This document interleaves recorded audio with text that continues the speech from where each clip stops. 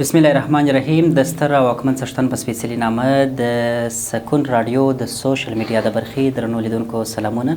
ستړي مه سئ، هیله د ټول برک روغ اوسېږئ، د یوې سالمې روغتیا درلودونکي به یاست.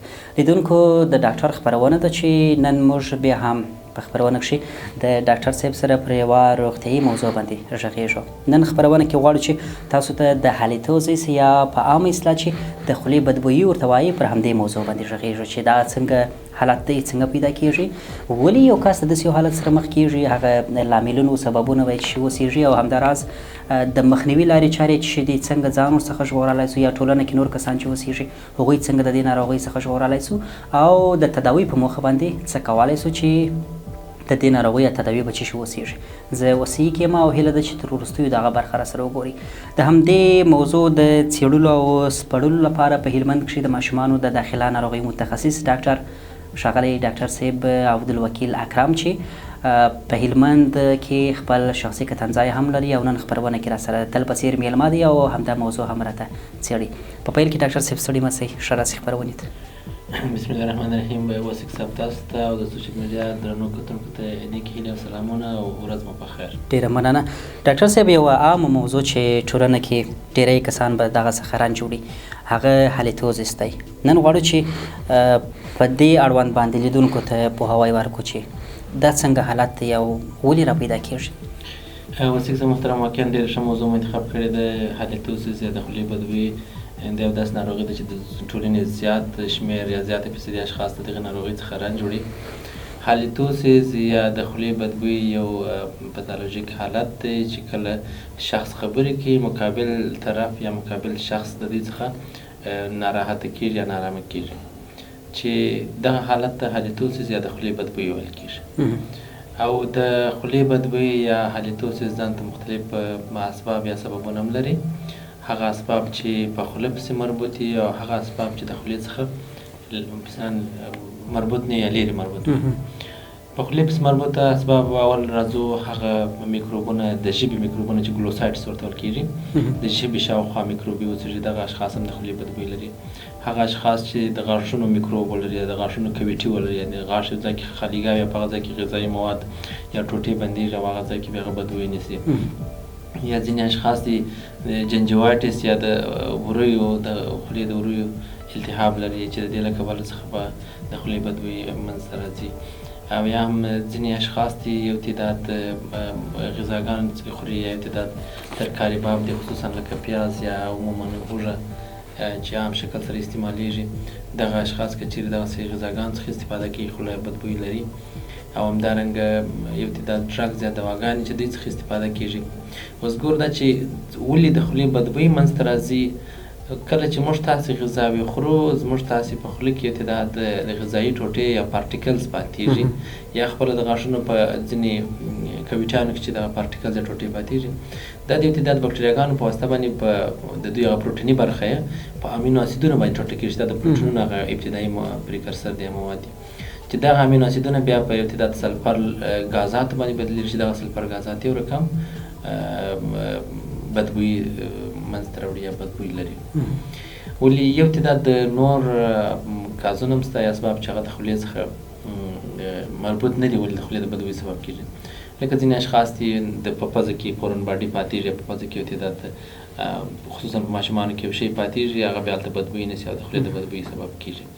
یو تعداد اشخاص د تنفسي سیستم ځینې امراض لري، لکه د سږو کې یو تعداد ابسې یا دانې، دا د خولې د بدبویي سبب کېږي. یو تعداد اشخاص دي چې عموما د هاضمي سیستم ځینې ناروغۍ لري، لکه ګاسټرایټس یا د معدې چې د التهاب ویل کېږي.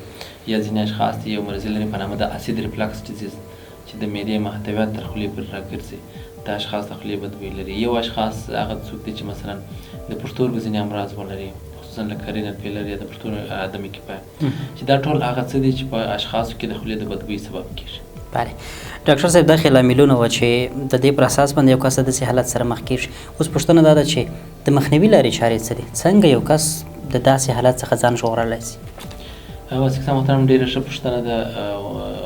واقعا ټول اشخاص باید کوښښ وکړي چې تر څو د خولې بدبویي څخه ځان وساتي. اول اشخاص کولی شي چې د داسې غذاګانو څخه د داسې ترکاري باب څخه باید استفاده ونه کړي چې هغه په ټولنه کې مثلا د نور اشخاص ته رنځ سبب کېږي، د نور اشخاص ته تکلیف سبب کېږي، خصوصا لکه پیاز دی، اوږه ده، کندنه او یا نور څه داسې څه دي چې د خولې د بدبویۍ سبب کېږي. بل اشخاص چې کله عموما غذایي مواد استفاده کوي باید د هر وړ غذایي مواد په تعقیب باندې یا مسواک استعمال کړي یا د هغه کریم او برس استعمال کړي تر څو د غذا یا د غذایي موادو ځینې پارټیکلز د غاښونو په درزونو کې پاتې نه شي تر څو د خولې د بدبویۍ سبب نه شي. که ځینې اشخاص د خولې ځینې امراض ولري، خصوصا د غاښونو امراض یا د ورویو مرضونه یا د مثلا د ژبې ځینې التهاب ولري، باید هغه مشخص تداوي وکړي. او یا ځینې اشخاص چې په بدن کې نور امراض ولري لکه د معدې مرضونه، لکه د تنفسي سیستم مرضونه، نو باید دغه تداوي کې تر څو د دوی د خولې د بدبویۍ لامل نه شي او تر څو په ټولنه کې دوی څخه خلک مثلا متنفر نه شي. نو دا هغه څه لارې چارې دي. او که ځینې اشخاص د خولې بدبویۍ ولري بیا کولی شي چې یو تعداد دغه مشخص کاز یا سبب پیدا کړي او هغه تداوي کړي، نو دوی به د خولې د بدبویۍ څخه وساتل شي.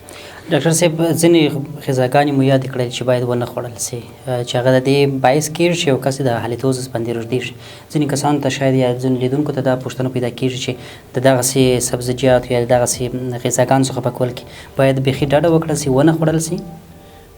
داسې نه ده چې دا غذاګانې باید ونه خوړل شي، دا غذاګانې دغه ترکاري باید وخوړل شي ځکه ترکاري د صحت لپاره فایدهمند ده. ولې یو ځای کې ما خپله حدیث شریف اورېدلی دی، محمد رسول الله ویلي دي که چیرې ځینې اشخاص پیاز استفاده کوي باید مسجد ته ولاړ نه شي.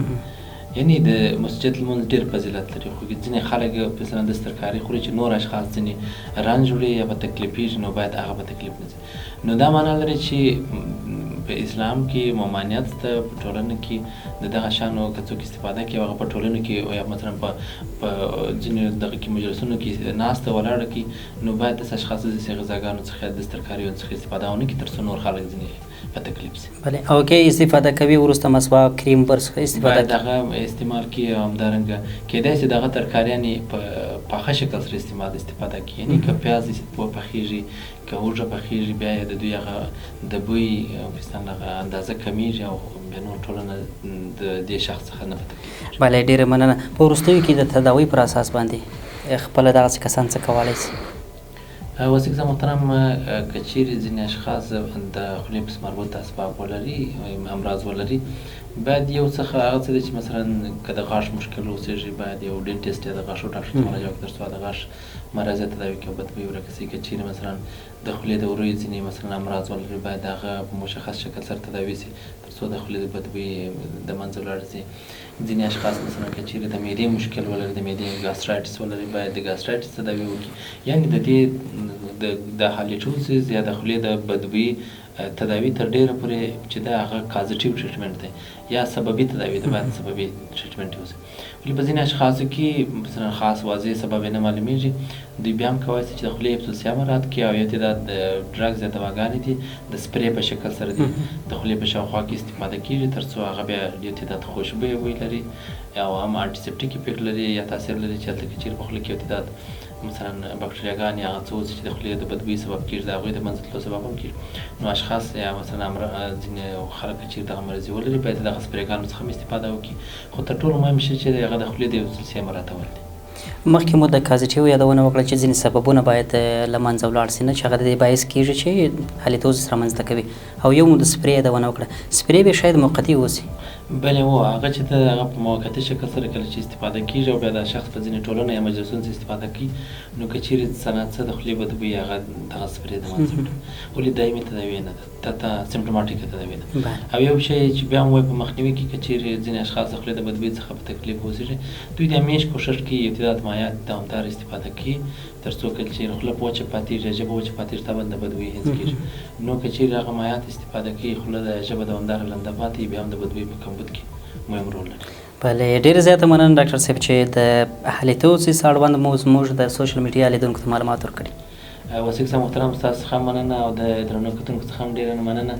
د هالیتوزس هر سبب چې دی د خپل ځان ته یو جلا مرض دی. مثلا بیا هغه مرض چې څېړي یعنې ډېره غټه موضوع ده هالیتوزس. نو په دې هیله چې کتونکو بس دغه کم معلومات څخه استفاده کړي او دغه معلومات په ژوند کې تطبیق کړي او تر څو د دوی څخه یا د دوی ځینې دوستان چې دا مرضي ولري تر هغو پورې ورسي تر څو د دوی لپاره مفید دا معلومات تمام شي. ډېره مننه.